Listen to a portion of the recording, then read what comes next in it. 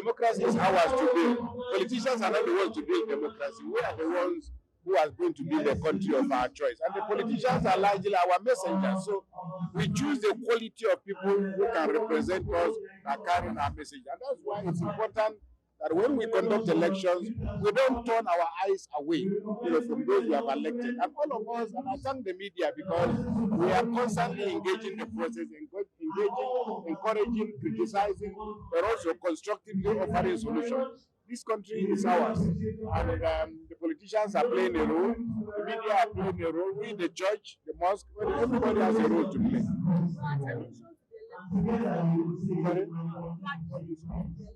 Vote to stay alive.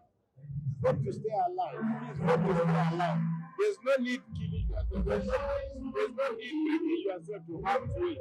And at the end of the day, you live under offer. You live and the other people will enjoy. So vote to stay alive. Vote to enjoy the benefits of democracy. And that's why violence is counterproductive. It doesn't help anybody. It only destroys the individual. So don't put yourself in harm's way. Every mechanism will be in place. The IG has said so. To make sure that citizens are protected. Don't go and be violent on behalf of anybody. All right? God bless you. Thank you very much.